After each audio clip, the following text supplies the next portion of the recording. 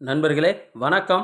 நம்ம இந்த வீடியோ பதிவில் என்ன பார்க்க போகிறோம் அப்படின்னம்னா, கடன் தொல்லை முதல் கண் திருஷ்டி வரை அனைத்தையும் நீர்க்கும் நிர்மால்ய தீர்த்தத்தை பற்றி தான் பார்க்க போகிறோம்.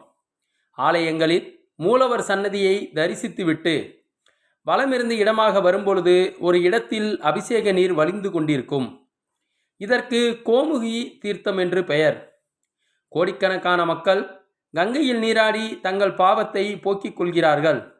ஆனால் அந்த பாவங்களை ஏற்ற கங்கையோ ஆலயங்களில் உள்ள கோமுகி நீரை தனது தலையில் தெளித்து புனிதம் அடைவதாக ஐதீகம். இறைவன் திருமேனியை உரசியபடி வெளியேறும் இந்த நீர் ஒப்பற்ற சக்தி கொண்டது. திருமஞ்சன நீர் வெளியேறும் வாய்க்கு கோமுகம் என்று பெயர். கோ என்றால் பசுவின் உடம்பும் கருவறை போல் இறையாற்றல் கொண்டதாக கருதப்படுகிறது. எனவே கருவறை நீர் பசுவிலிருந்து பெறப்படுவதாக பாவிக்கப்படுகிறது. அபிஷேகம் நடந்தவுடன் இறைவனின் திருமேனியை தழுவிக்கொண்டு வழிந்தோடும் புனித நீர் கோமுகி தீர்த்தம் வழியாக வெளியேறும். இந்த நீர் 90 நாட்கள் ஆனாலும் கெடாது என்று குறிப்பிடப்படுகிறது. இந்த நீரை வலது கையால் பிடித்து நமது தலை மீது தெளித்து கொள்வோம். ஆயிரம் தேவதைகள் உறைந்து அருள்பாலிக்கும் இடமே கோமுகமாகும். இதில் வரும் நீரை நிர்மால்ய தீர்த்தம் என்பர். சிவாலயத்தில் கோபுரத்திற்கு மேலே வடக்கு நோக்கி துர்க்கை சன்னதி இருக்கும். அந்த கோமுகத்திற்கு சந்தனம் குங்குமம் இட்டாலே நாம் நேரடியாக இறைவனை பூஜை செய்த பலன் கிடைக்கும். இது நம் பிரச்சனைகள் அனைத்தையும் தீர்க்கக்கூடிய பரிகாரம் என்பதை தெரிந்து கொள்ளுங்கள். பரணி மற்றும் மகம் நட்சத்திர தினத்தன்று சிவாலயங்களில் அபிஷேகம் செய்து வரும் நீரை பிடித்து தீர்த்தம் போல் அருந்த உங்களது அனைத்து கஷ்டங்களும் தீர்வு கிடைக்கும். மிருகசீரிஷ நட்சத்திர தினத்தன்று இந்த தீர்த்தத்தை அருந்தினால் பேய் பிசாசு பயம் அகலும்.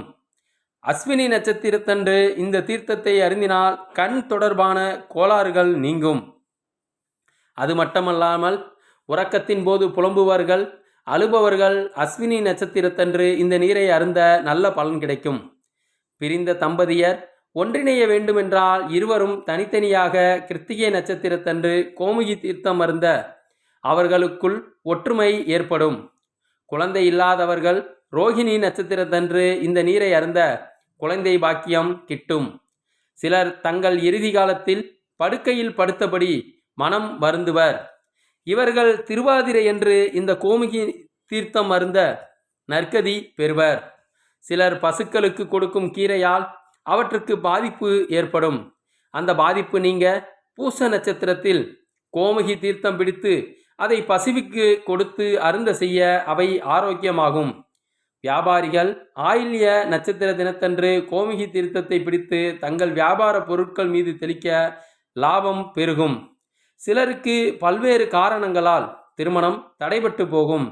இவர்கள் அனுச நட்சத்திரத்தன்று இந்த கோமுக நீர் அருந்த தடைகள் நீங்கும்.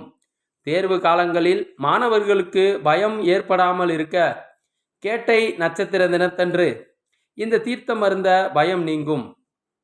இதேபோல் பெருமாள் ஆலயங்களில் திருவோண நட்சத்திர தினத்தன்று இந்த நீர் அருந்த உணவுக்கு பஞ்சம் ஏற்படாது.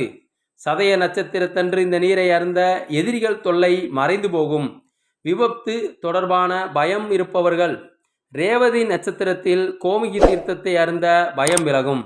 நண்பர்களை தெரிந்து வாழ்வில் வளம் பெற வேண்டுகிறேன். நன்றி, வணக்கம், வாழ்க வளத்துடன்.